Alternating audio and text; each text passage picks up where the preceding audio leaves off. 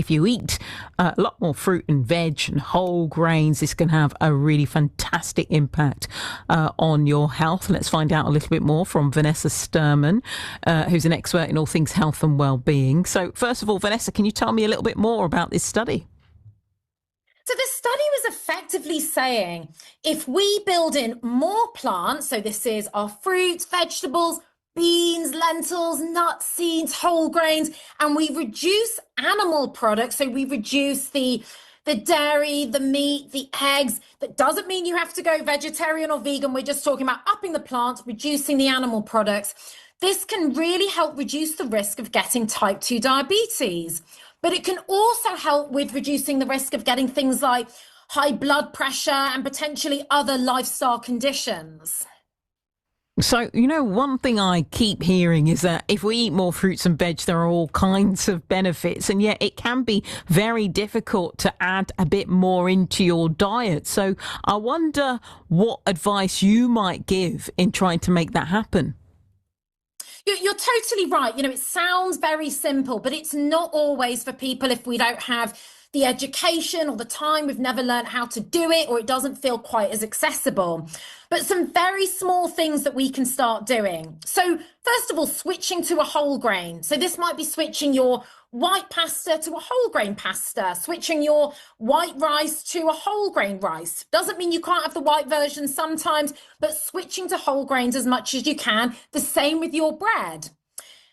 Add in, so one of the biggest things you can do is add in more fruit. So put fruit on your cereal. If you're usually having cereal and a bit of milk for breakfast, chop up an apple, get some berries from the frozen section. That's a fantastic section where it really helps, where people might have the problem of food going off. Stock up on lots of peas and frozen fruit so that you can get those out whenever you want.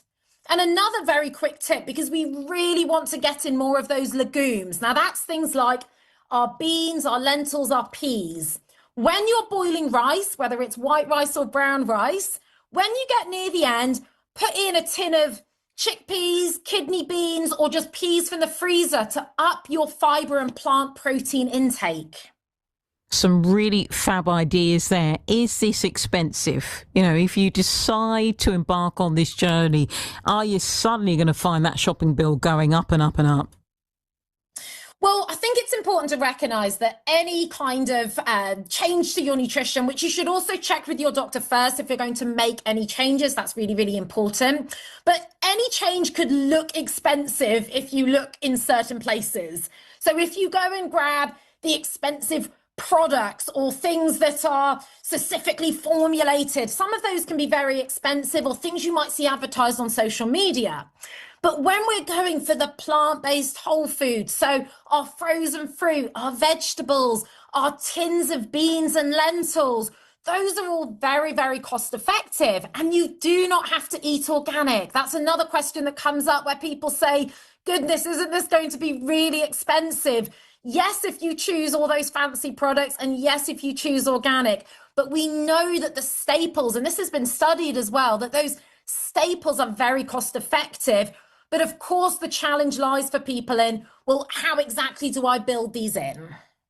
Changing your taste buds as well, to eat more vegetables can be tricky. Any tips on doing that if you're not used to eating so many greens? Yeah, so start slowly, and that's also very important when making changes. Make sure they're sustainable. And if you are building in more fiber, just an extra point here, please make sure you're drinking enough water. It's very important that we have enough water for that fiber.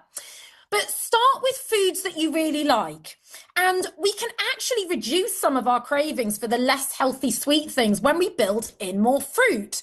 Fruit is so underrated. Make sure you pick some of the sweet fruits that you really like to go on your breakfast. That might be peaches, apples, strawberries, and build in the veg that you like. So if you're really not that keen on cauliflower, either just pick other vegetables or start with a little bit. Maybe mash a little bit into some mashed potatoes.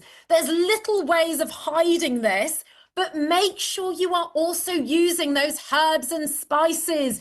Use the garlic, use the pepper, make wonderful stews and curries that have lots of those herbs and spices in that make the vegetables really palatable as well. It just reminded me of the fact that my mum used to blitz the vegetables into some of the stews because my brother was a little bit picky.